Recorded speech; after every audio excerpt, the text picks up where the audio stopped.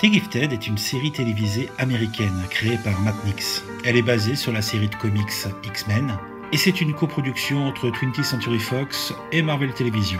C'est diffusé depuis début octobre 2017 sur Fox. The Gifted se trouve dans l'univers cinématographique des X-Men et est lié avec la série qui a eu un très bon succès d'estime, et puis moi j'ai bien aimé, Légion, je n'en ai pas encore parlé mais je le ferai prochainement. Dans cet univers, les X-Men ainsi que la confrérie ont disparu. Les mutants sont activement recherchés par le gouvernement et un service spécial a été créé qui s'appelle Sentinelle. Celui-ci n'y va pas avec le dos de la cuillère pour appréhender les mutants et il encourage toute la population à dénoncer quand il constate que quelqu'un manifeste des dons particuliers. Il est clair que dans cette situation, un groupe de résistance va se créer au niveau mondial. Et on va suivre dans The Gifted la cellule d'Atlanta qui tente d'aider les mutants à fuir le pays ou en tout cas à rester cachés. On sera également amené à faire la connaissance d'un procureur général qui travaille justement pour ce service des sentinelles et de sa femme qui est infirmière.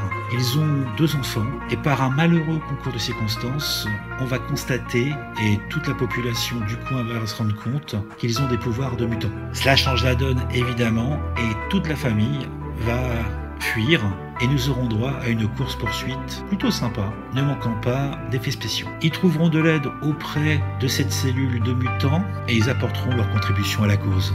Alors je ne vais pas faire dans le dithyrambique puisque pour moi c'est une série qui reste quand même assez plan-plan. Ça marche, c'est impeccable. Il y a pour les premiers épisodes que j'ai pu voir des effets spéciaux assez impressionnants. Moi je trouve ça plutôt propre.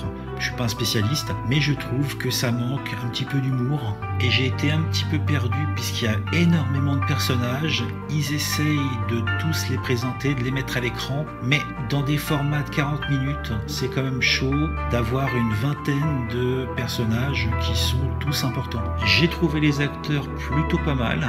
Après aussi, je suis pas un spécialiste, je vous donne mon avis de sérivore.